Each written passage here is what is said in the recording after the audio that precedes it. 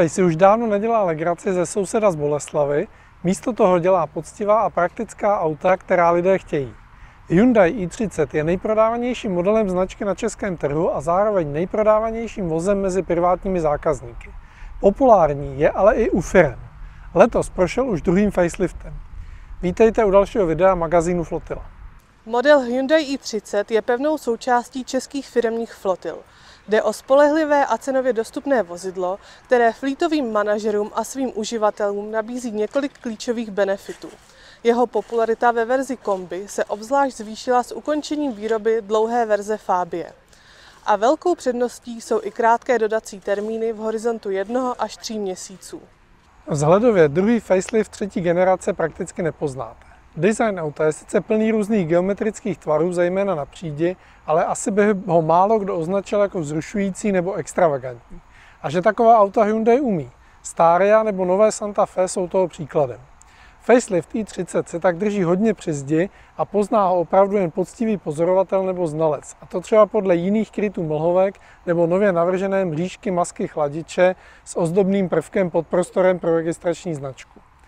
To už by byl facelift lépe poznatelný podle některého ze 7 nových laků karosérie. Testovaná výbava N-Line nabídne i několik nových designů kol. Hyundai i30 si ve svém segmentu výborně vede z pohledu celkových nákladů na pořízení a provoz, takzvaného TCO. Ty jsou o 9% nižší oproti průměru ostatních modelů v segmentu. Samotné náklady spojenou s údržbou dokonce o 13%.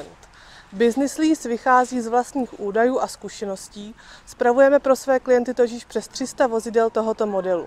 Palubní deska je kompletně černá a facelift se jí dotkl také jen v drobnostech, konkrétně třeba v černém klavírním laku na středové konzole a dalších místech, o kterém Hyundai tvrdí, že je příjemnější a hladší na dotek. Změna se dotkla také čalounění sedadel. Nový je rovněž standardně dodávaný plně digitální přístrojový panel se 4,2 palcovým barevným displejem, který může být na přání nahrazen digitálním panelem s úhlopříčkou 10,25 palce. Další novinkou jsou až 3 nabíjecí vstupy USB-C vpředu a vzadu a aktualizace mapových podkladů bezdrátovým přenosem. Plně černý interiér s několika stříbrnými doplňky působí poněkud smutným dojmem, změny po faceliftu jsou jen kosmetické, ale v jednoduchosti je často krása, čehož je právě interiér Hyundai i30 příkladem. Tohle je zkrátka auto ze staré školy s výhodami, které to pro určitou a troufnu si odhadnout, že velkou část zákazníků má. Všechno je bezchybně zpracované. Na rozdíl od některých titěrných ovladačů v jiných autech tady vše působí robustně. Panel klimatizace má stále fyzická tlačítka, takže nabízí jednoduché ovládání i za jízdy bez nutnosti složitého klikání v digitálním menu. Volně stojící obrazovka infotainmentu má slušnou grafiku i rychlý start. Na zadních sedadlech sice nabídne Octavia o něco víc místa, většina lidí se ale v i30 vzadu nebude nijak tísnit. Zadní dveře se otevírají v širokém úhlu, takže nebude problém třeba s umisťováním dětí do sedaček. Úchyty ISOFIX jsou zde 2. Jen o nevýznamných necelých 40 litrů zaostává i30 za Octavií ve velikosti zavazadlového prostoru. Ten je 602 litrů v základu a až 1650 litrů se sklopenými sedadly. Praktičnost vylepšuje rovná podlaha i dodatečný odkládací prostor pod podlahou s několika přihrádkami. Nezměněná zůstala nabídka pohonu. Tu tvoří trojice benzínových agregátů. Základem je zážehový motor objemu 1,5 litru s dvojitým nepřímým vstřikováním spojený výhradně se 6stupňovou manuální převodovkou a výkonem 71 kW. Dalším je přeplňovaný zážehový motor 1.0 TGDI s výkonem 74 kW, který je k dispozici jak se 6stupňovou manuální, tak 7stupňovou automatickou převodovkou. Vrcholem je pak mild hybridní agregát 1.5 TGDI vyladěný na 103 kW, párovaný rovněž buď se 6stupňovým manuálem nebo 7stupňovým automatem. Hlavní volbou českých zákazníků je hned ta základní motorizace. Vyplývá to aspoň ze statistiky prodejů největšího českého dealera Hyundai společnosti Louda Auto. Zákazníci zkrátka hledají spolehlivý a úsporný motor pro každodenní použití. Na druhém místě je motor 1.5 TGDI, který nabízí sportovnější charakter a lepší dynamiku díky turbotechnologii. Až poslední v pořadí je motor 1.0 TGDI. Tento motor je oblíbený u zákazníků, kteří preferují kompaktnější a úspornější variantu. My jsme tedy měli pod kapotou druhý nejoblíbenější pohon, mild hybridní turbodmychadlem přeplňovaný 4válec 1.5 TGDI. Mild hybrid pomáhá při rozjezdech, auto s ním také umí plachtit při vypnutém spalovacím motoru.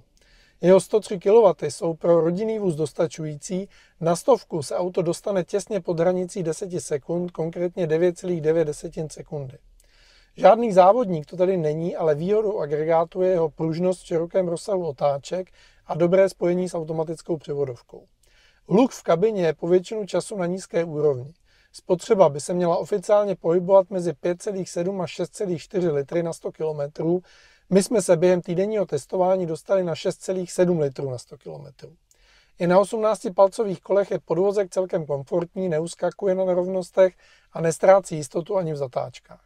Hyundai i30 není ani nejsportovnější, ani nejkomfortnější auto ve své třídě, ale solidní poctivý průměr, který bude většině zákazníků vyhovovat. Pro případného zájemce je potěšující, že v České republice je Hyundai obecně vnímán jako značka s velmi nízkou poruchovostí a dobrým servisem. Hyundai i30 Kombi se pravidelně objevuje na žebříčcích spolehlivosti jako model, který vykazuje pouze minimální počet problémů. Podle zkušeností servisu se jedná především o drobné závady, které se obvykle týkají elektroniky nebo drobných softwarových aktualizací, nic zásadního z hlediska motoru nebo mechaniky. Jedním z klíčových faktorů, který pro Hyundai i30 hovoří, je jeho 5letá záruka bez omezení počtu ujetých kilometrů.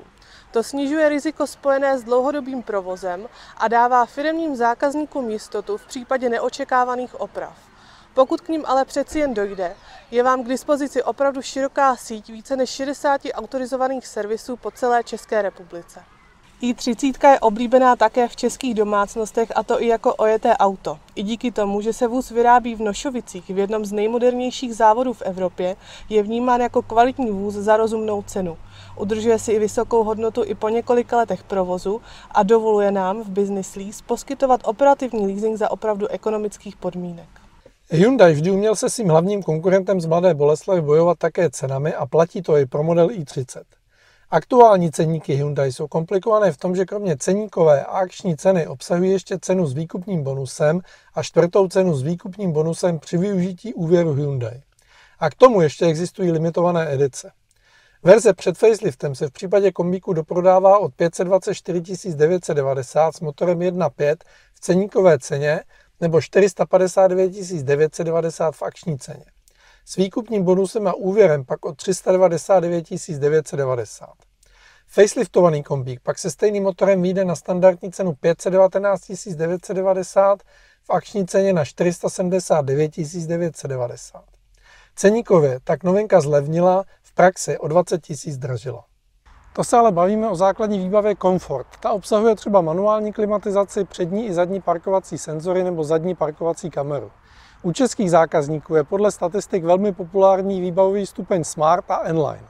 Smart jako druhý nejnižší výbavový stupeň přináší oproti základu navíc elektrické ovládání oken a zrcátek, 16-palcová kola, střešní lyžiny nebo 2 USB-C vstupy.